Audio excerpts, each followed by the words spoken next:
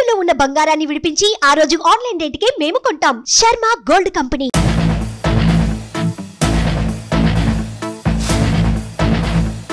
స్వామి, మీరేం చేస్తుంటారు? నేను ఆర్టీసీలో డ్రైవర్ స్వామి. ఓకే, సో ఈ బ్రీత్ ఎనలైజర్స్ ఏదైతే మీకు ఊదించేటారో దాని గురించి మీ అభిప్రాయం ఏంటి? అది బ్రీత్ ఎనలైజర్ అనేది మామూలుగా సివిల్లో చేయాలి స్వామి. అది అయ్యప్పల్ని పిలిచి అయ్యప్పల్ని ఇబ్బంది పెట్టడానికి తప్ప వేరే వేరే వాళ్ళకి ఏం ఉద్దేశమో తెలియదు. కానీ బ్రీత్ ఎనలైజర్ పెట్టి మొన్న ఎప్పుడో వారం కింద ఒక స్వామికి చేస్తే అది నార్మల్గా చేశారేమో అనుకున్నాము. మొన్న ఇంకొకళ్ళు చేశారు. రాత్రి 23 hours డ్యూటీకి వెళ్తే నన్ను చేశారు. మార్నింగ్ 3:25 అయిన స్వామికి చేసి మాకు పైనుంచి ఆర్డర్స్ ఉన్నాయి, మేము మా మీద ప్రెజర్ ఉందని చెప్తున్నారు. అంటే ఎంతమంది స్వాములు ఉంటారు డిపోలో? డ్రైవర్ మొత్తం 10 members ఉంటారు స్వామి. సో ఇప్పుడు ఇది ఇంతకు ముందు కూడా అంటే లాస్ట్ ఇయర్ ఇలానే ఉంటుందా? ఎప్పుడు లేదు, ఫస్ట్ టైం. నేను 2007 నుంచి నేను ఆర్టీసీలో ఉద్యోగం చేస్తున్నా. 2000 నుంచి నేను మాల వేసుకుంటున్నా. ఇప్పటి వరకు నాకు ఇంతవరకు ఈ సన్నివేశం ఎప్పుడు జరగలేదు, ఎక్కడ లేదు కూడా, అసలు ఏ డిపోలో కూడా లేదు.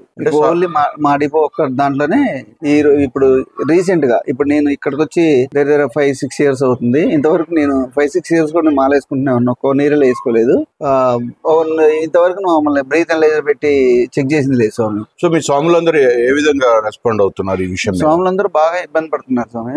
చాలా నాకైతే చాలా గిల్టీగా, అసలు అయ్యప్పని నేను దీక్ష ఇంత నిష్టగా నేను దీక్ష చేసుకుంటుంటే నన్ను కావాలని ఇబ్బంది పెట్టినట్టే ఉంది స్వామి. ఇది అంటే మామూలుగా వ్యక్తుల్ని టార్గెట్ వ్యక్తులను టార్గెట్ అని స్వామి. మామూలుగా వీళ్ళు మరి అది ఎందుకు చేస్తున్నారో తెలియదు, ఎక్కడా లేదు. ఈ ఆర్డర్స్ ఎవరు పైనుంచి ఆర్డర్ ఇచ్చింది ఎవరికి లేదు, కానీ మా డిపోలో ఒక్క దాంట్లోనే చేస్తున్నారు. ఎందుకు చేస్తున్నారో తెలియదు. ఎందుకు చేస్తున్నారంటే మా హెడ్ మా పైన చెప్పారు, దానికోసం చేస్తున్నాం స్వామి అని మా కింద వాళ్ళు సెక్యూరిటీ వాళ్ళు అంటున్నారు స్వామి.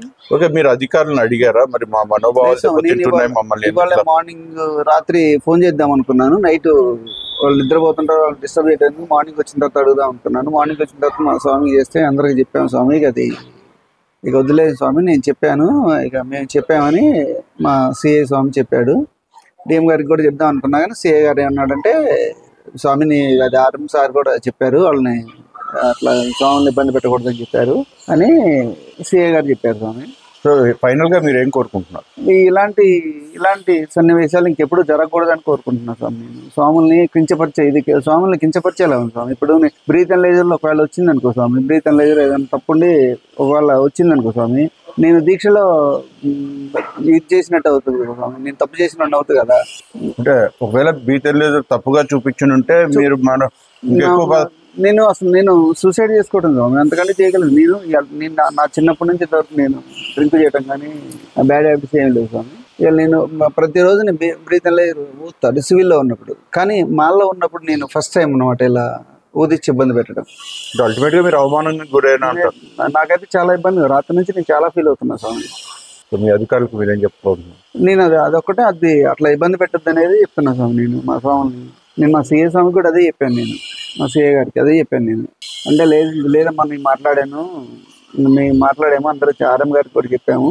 ఆర్ఎం గారు కూడా అసలు అది ప్రోత్సహించలేదు, ఆర్ఎం గారు కూడా అసలు అది ఎవరు చెప్పారని చెప్పేసి అన్నారని సిఏ గారు చెప్తున్నారు.